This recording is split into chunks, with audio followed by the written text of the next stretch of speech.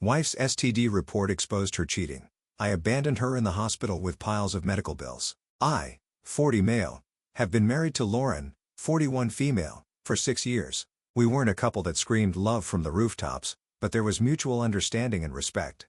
I thought I was married to a mature woman who wasn't needy or craved attention every now and then. Guess I was wrong. My illusion shattered when Lauren fell gravely ill. At first, it seemed like a simple case of food poisoning. She was puking nonstop and couldn't keep any food or water down. She was pale, weak, and dehydrated. She was ready to go to the hospital. She said she was scared of needles and the 4th drips they inserted. I tried my best to nurse her back to health, but after a day and a half of this, her condition worsened. She needed professional care, and despite her apprehension, I rushed her to the hospital. I was so terrified when they wheeled her into the ER. I hugged her and assured her she'll be fine, and I was there for her. I promised not to leave her and won't go home without her. Even at that moment, I meant it. Who knew I couldn't fulfill my promise of standing by her? The symptoms were generic, but I had a sinking feeling in my stomach. Guess your body can sense the upcoming disaster. I had no idea what horrors the next 48 hours would bring.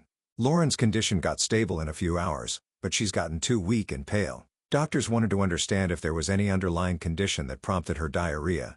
The reports were supposed to arrive in 2 days, and depending on that, she was to be treated or discharged. I took good care of her, didn't leave her bedside even for once. After 12 hours, the doctor reduced her medication and she got dehydrated again. That's when doctors got suspicious that there was something more to her problem. On the 3rd day, a nurse handed me a sealed envelope and said the doctor would explain everything soon.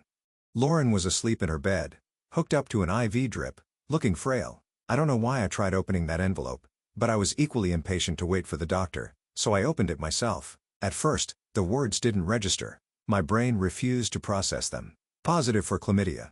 I froze, staring at the report. A million thoughts raced through my head. I kept repeating myself, this has to be a mistake. Maybe the samples were mixed up. I remember I was so anxious I was having cold sweats. I Googled it. The answers I got from there were not something I wanted to know. Then I don't know after how long I was asked to go to the doctor's cabin because I was so lost in my thoughts. My legs were shivering. I pointed out that part in the report and asked him, this can't be true, right? There has to be some mistake. The doctor said, I'm sorry, but the tests are accurate. We'll start treatment immediately. It's important she finishes the course of antibiotics. My head felt like it was splitting open. My wife had an STD. The implications were obvious, but I wasn't ready to accept it, not yet. When Lauren woke up, I handed her the report without a word. Her face turned ashen when she read it. Tears spilled down her cheeks. She stammered, I can explain. I couldn't help but raise my voice and ask her to explain, because I'm dying to know how you caught an STD in this marriage. We haven't had sex for months because somehow you're never in the mood. How would you be? You were snacking outside, didn't you? I didn't care if she was sick or we were in the hospital. I wanted an answer. Didn't matter to me that she was barely able to speak. Hours ago, I was praying heavily for her recovery, and now her face disgusted me. She broke down, sobbing uncontrollably and saying sorry. Her tears didn't soften me up, nor were her sorry helping it. I kept pushing her to speak up, not very proud of it, but at one point, I wanted to smack her head and crush it into pieces. I wanted an answer, but all she was doing was waterworks. I pushed her to speak the truth, and after a lot of hesitation, she finally confessed that she had been randomly hooking up with men whenever she found the opportunity. Most of them were her clients. She's a hairdresser. I pestered her for details. I wanted to know everything. How many? Where did they go? The count. And most importantly, why? Wasn't I enough for her? To most of my questions, her first response was tears. But eventually, grilling her to the core, I got all my answers. Apparently, she befriended the men who would come for a haircut, would subtly exchange the details without her colleagues and supervisor knowing about it, and then would go hooking up with them. She would make it clear to them that it would be just sex and nothing else, and the guys obliged. My blood ran cold when she laid out the details. One of her sentences stuck in my head forever. It's just something I do sometimes. It's my guilty pleasure. I know it's wrong, but I couldn't stop. I felt like the floor had been ripped out from under me. I screamed, you've been cheating on me, sleeping with random strangers? How long has this been going on? She confessed that it was going on for a couple of years. To her defense, she said she does it only when she's drunk and then avoids sex with me for a week after that, as if this would make me feel better. She had the audacity to say I never meant to hurt you. The hookups didn't mean anything to me. I don't even remember how I feel about those experiences. All I know is I love you and want to be married to you. My blood boiled with her response. I roared, standing up so fast the chair toppled over. Never meant to hurt me? You've been risking my health, my trust, Our marriage for years. And you didn't mean to hurt me? What if the germs had passed on to me? I ranted my heart out and called her all sorts of names under the sun.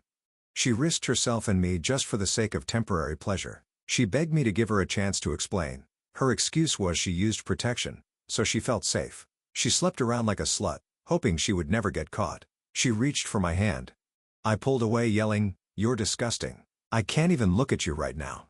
I stormed out of the room, leaving her sobbing behind me. The doctor had asked me to get tested. I can't tell you how terrified I was.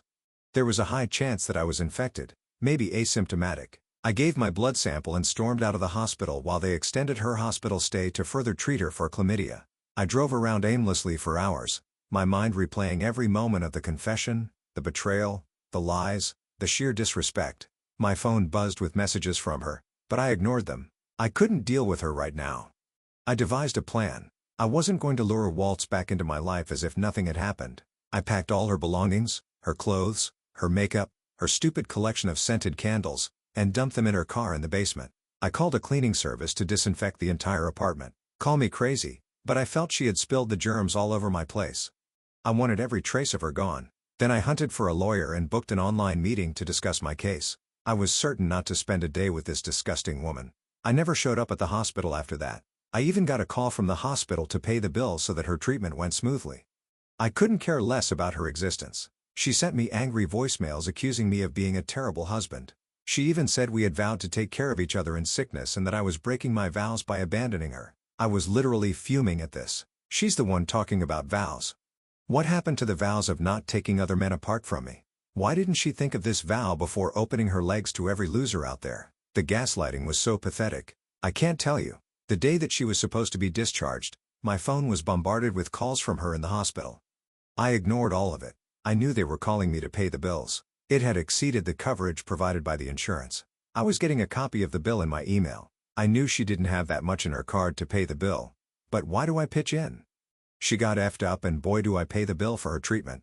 Not in this lifetime. She called up her colleague to bail her out, who even dropped her to the house. When they arrived, I didn't open the door. Her keys were in the house.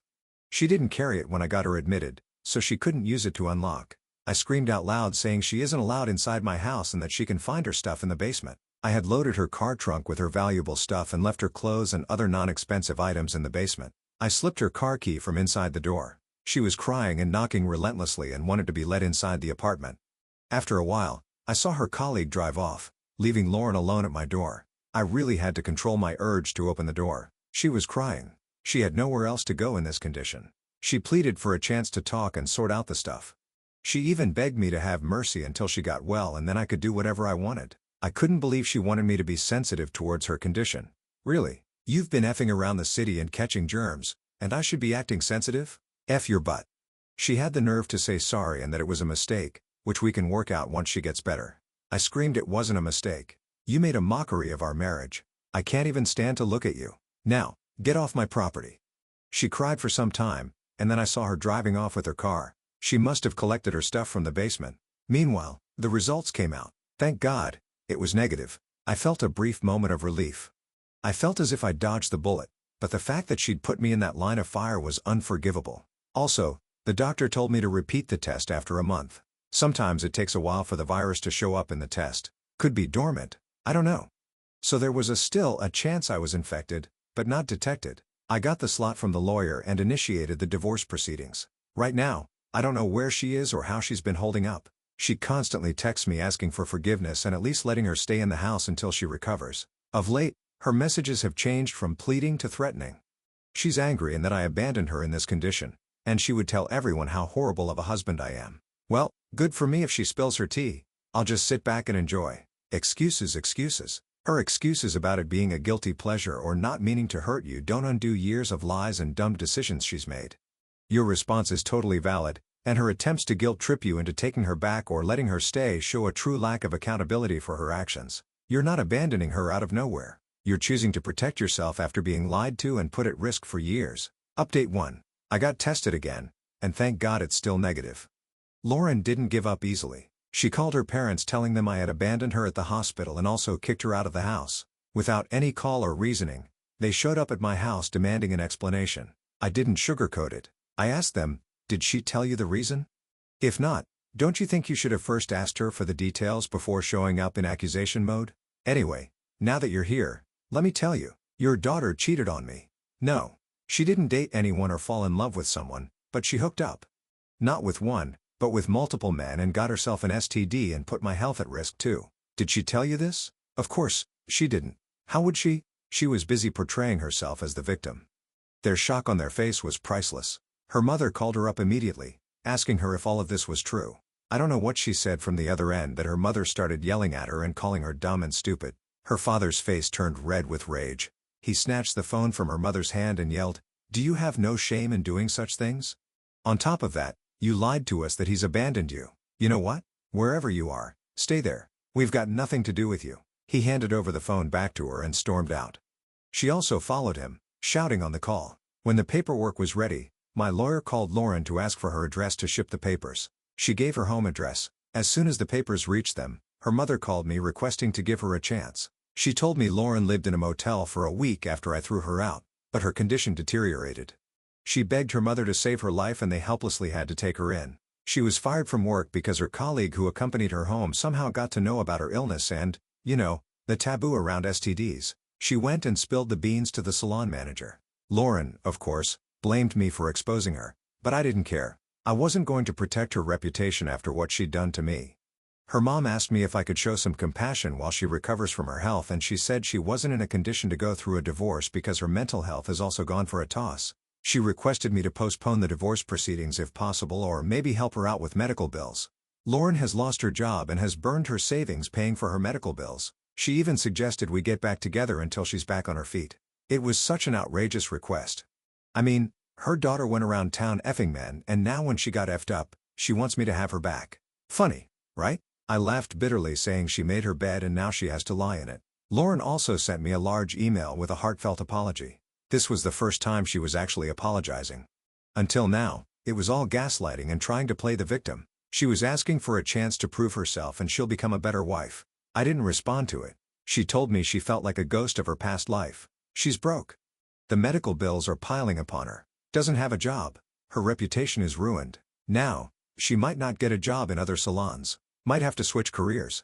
Her friends have distanced themselves from her. She's socially isolated. Everyone thinks her to be some kind of curse.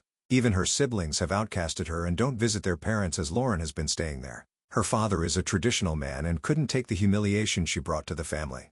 He resents her presence and doesn't even look at her in the eyes. It's just her mother who's trying to have her back, but the financial strain is making her bitter too. Amidst all of this, she's slipping into depression. Well, what could I do about it? She called it on herself. She sent me several remorseful emails. I feel she's writing them to get rid of her guilt. Maybe she's lonely and has no one to share her guilt.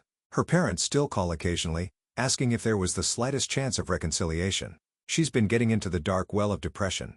She doesn't leave her bed for days, doesn't eat, but I know better. Trust, once broken, can't be repaired.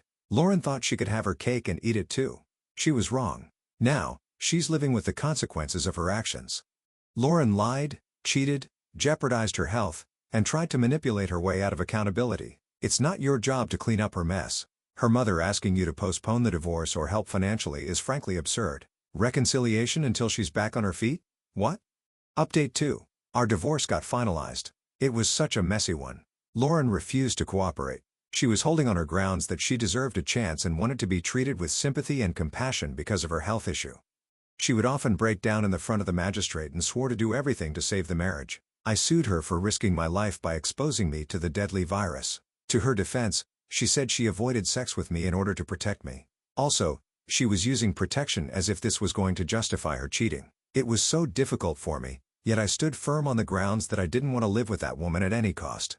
I didn't even fight for the asset because that would have further delayed the process. She was instructed to be taken for therapy because she was acting out of place. It took a while for her physical health to improve. It felt like a good sign that she would finally come to her senses and accept the reality. But God, no.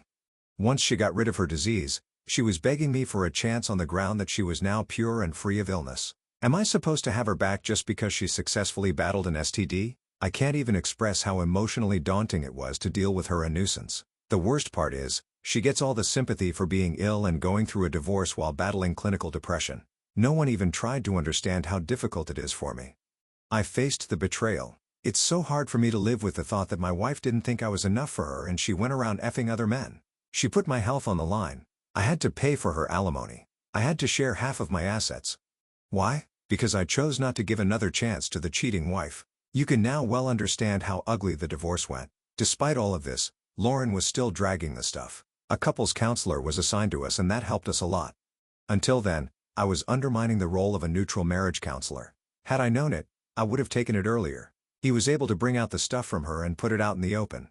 He helped her navigate to reality and made her understand that Hal had a choice whether or not she wants to give it to her lust. Similarly, I had a choice of whether or not I want to forgive her. She cannot force me to forgive her and move on.